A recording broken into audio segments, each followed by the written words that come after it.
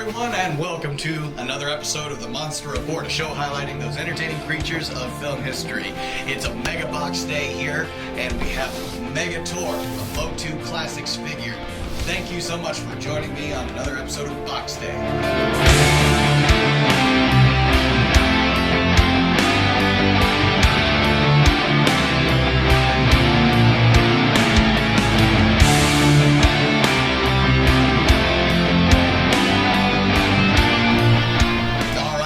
Very special box day, and I'm glad you're here. Like, subscribe, hit that notification bell, all those great things. Let's get that out of the way and talk about, here we have the Powers of Grayskull version of Megator. Really excited to get this guy. I found this down in Florida while I was vacationing there at this store, and you can check them out, VNC Collectibles. They do everything from modern to vintage to just everything in between.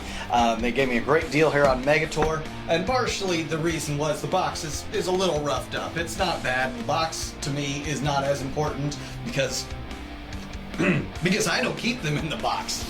So that's not a big deal, and it's interesting. I'm having to see this in the other screen there, and he's just such a big figure, actually. So he is actually a 12-inch figure, which, he's a giant compared to the other Matty collectors that we have, the other Motu Classics. So again, great deal on this Megator.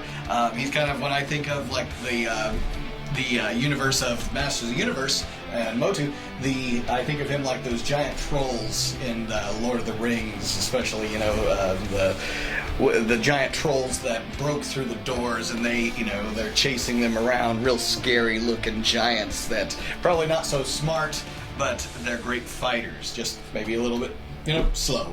So let's get Megator out of here. Oh, before I get to unboxing Megator, let's read his quick bio. His real name is Moleb the Demolisher, an Eternian giant in service to Hordak.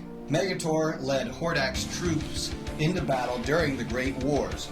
He was recruited to help bolster the Horde's ranks after Titus and several other giants from the mountains of Perpetua allied themselves with King Grayskull. Megator was killed during the first Ultimate Battleground, caught up in the iron jaws of Central Tower, when the three towers were enchanted to sink into Subternia. His remains were discovered millennia later by King Hiss, who magically reanimated them into a mindless zombie. He served King Hiss and fought against Hordak and the Masters of the Universe in the second Ultimate Battleground, once again dying on the battlefield. And so he's a giant that has been, transformed into being used as a slave in a sense. So cool backstory that we've got going with him, and seeing, how he turned into the monster that he is now. And this is the Monster Report, and that's why Master of the Universe works very well on the Monster Report, as well as Godzilla, King Kong, Mothra, Rodan, all of those other the other IP in the Kaiju universe, as it were. I love it all, so that's why I can even include Star Wars, because there's monsters in Star Wars, there are. Let's see what he looks like getting them out of this packaging here. And this, again, it's caught my eye because he's on that top shelf. Such a big figure, such a cool looking, large size figure. In fact, he'll work really well with the Godzillas that I have. I've got He-Man and Godzilla's up there, Rodan, Angulus, all of them, all on somewhat the same shelves.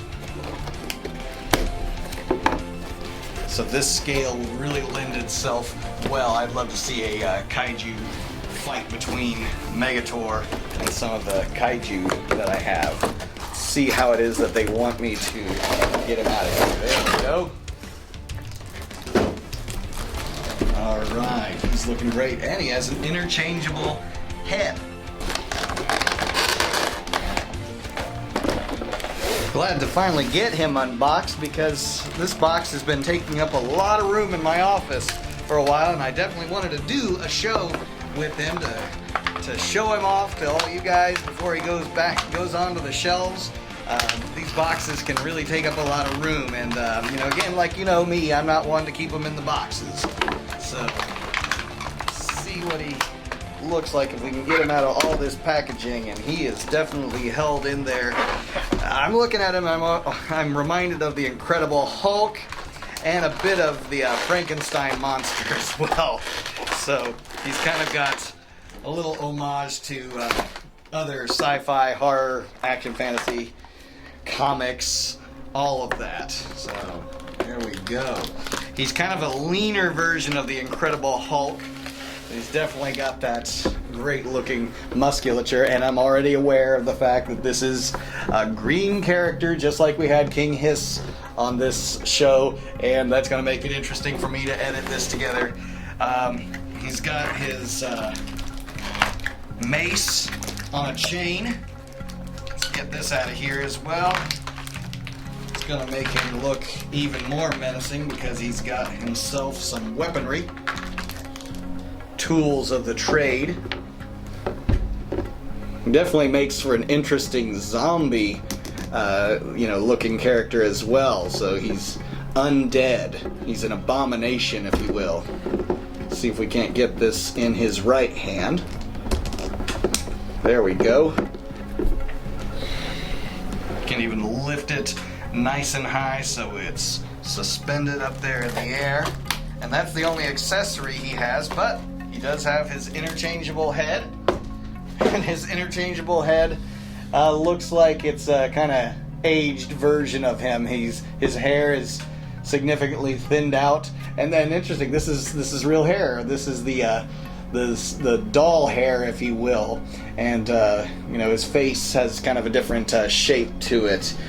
This one, I guess you could call him the pre-Eternia version, and then maybe this is after he was reanimated back to life as the Snake Man. And the hair that they give him in his rock star days is the molded plastic hair, so that makes it really cool looking. So it's not gonna get all messy and messed up and all of that. It does look like he does have removable armor, like a lot of these Motu figures have. Not all of them, but some of them.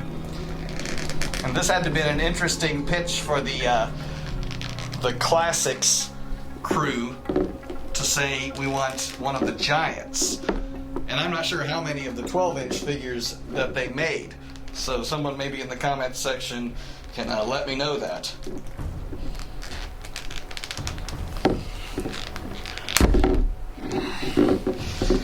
Now that was not easy to remove that guy's head.